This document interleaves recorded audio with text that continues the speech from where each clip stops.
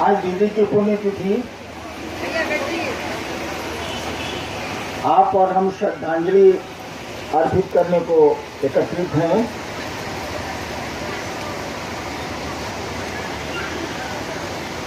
अभी मेरे पहले लवली बोल रही थी, एक बार उसकी कहानी है कि वो सलीम चिश्ती के दरबार में गई। तो मेरा भी कुछ ऐसा ही स्वभाव है, मैं मंदिरों और ऐसी जगहों पे भीतर नहीं जाता। दोष हम ही लोगों का है, खुदा तो मेहरबान है। ये नहीं जा रही थी, लोगों ने बहुत जिद किया अंदर चलने को, बोले कि मरे हुए आदमी के यहाँ हम जाके क्या करेंगे। लवली ने कहा, ठीक मेरे पहले जो बोल रही थी अनुनीता, कहा कि मरे हुए आदमी के पास हम जाके क्या करेंगे, हम नहीं जाए। ये बॉडीगार्ड भी था इनके साथ, दो वर्दी में था।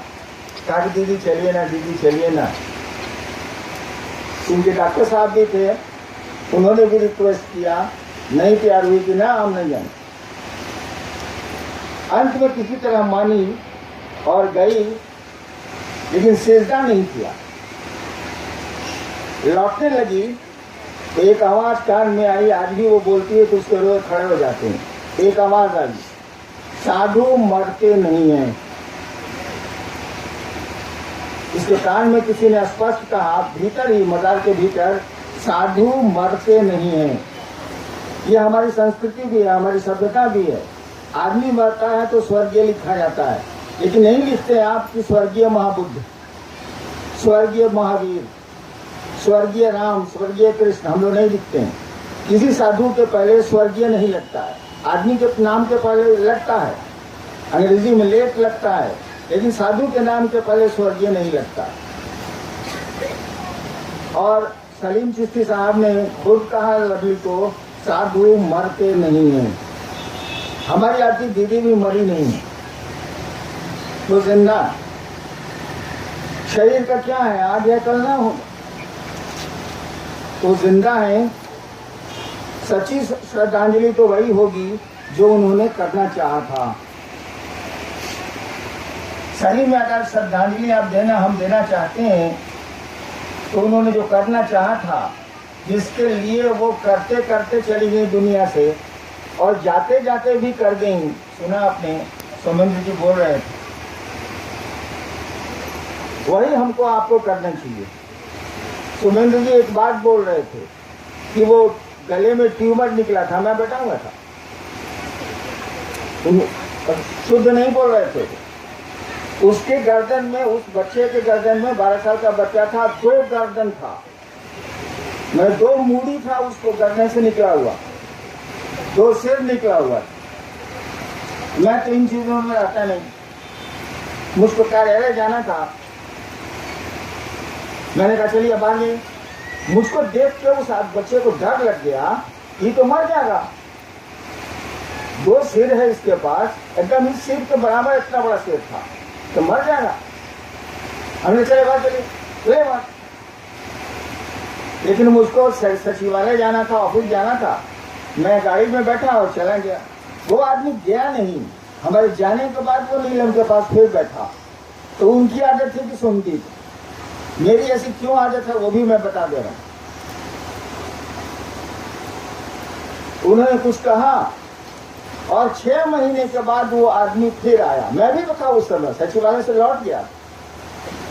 तो नीलम ने पूछा कि आपका बच्चा कैसा है, क्योंकि बॉम्बे और कलकत्ता और दिल्ली से लौट चुका।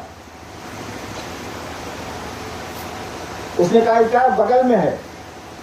हमने देखा उस बच्चे को तो मैं आश्चर्यचकित रह गया, कुछ था ही नहीं, एकदम नॉर्मल, ऐसे जैसे हम लोगों का वैसा था वो। उसका बाप लेके आया था। ये 84 की घटना है, 1984 की। आज 2016 है ना, कितने साल बीत गए, 22 साल बीत गए। उस बच्चे को देख के मैं डर गया था, मुझको डर लग गया था, जबकि मैं लाशों से खेलता रहा हूँ, नौकरी में भी मैं स्टेट रहा हूँ, लाशों से पाला पड़ा है। मैं डर गया था कि तो मर जाएगा जब। और आज 22 साल बीत गए, उस आदमी को मैंने फिर कभी नहीं देखा, उसके बाप को फिर कभी नहीं देखा। और इसीलिए मेरी आदत नहीं है कि आप कष्ट में हैं तो मैं उसको सुनूं, मैं नहीं पसंद करता, क्योंकि हम आप तो एहसान भूल जाते हैं। हम आप तो दूसरों के के द्वारा किया गया भला भूल जाते हैं, इसलिए मेरा मन नहीं करता। लेकिन दीदी उल्टी थी, दूसरों की बीमारियां खोद लेती थी, और वो जब ठीक हो जाता तो फिर वो कहाँ जाता था कोई ठिकाना नहीं है। रांची में एक आदमी है, वो बच्चे की लाश लेके आया था हम लोगों के पास, रांची में रहता, लाश लेके आया, लगभग बच्चा मरा हुआ था। उन्होंने कुछ कहा और बच्चा चला गया, फर्स्ट क्लास है, बहुत अच्छा है। उस घटना के आज 30 साल से ज्यादा गुजर गए, वो आदमी फिर नहीं मिला मुझसे। 10 दिन पहले रांची पर ये इस डेरे में कटहल मोड़ में वो आया था, पहचान लिया मैं। हमने कहा कि भाई साहब आ गए आप? तो जी हम तो स्वतः के महोत्सव में भी गए। आदमी ऐसा होता है, आप ऐसा मत बनिएगा। जो एहसान फरामोश होता है वो महादेव का चेला नहीं हो सकता है, आध्यात्मिक भी नहीं हो सकता। हमको आपको चाहिए कि कोई एक गिलास पानी पिलाए तो इसको याद रखें हम आप। हमको आपको ऐसा नहीं बनना है, दूसरे का एहसान भूलना नहीं है। दूसरे ने जो आपके लिए हमारे लिए किया है उसको भूलते वो लोग हैं जो इंसान नहीं होते।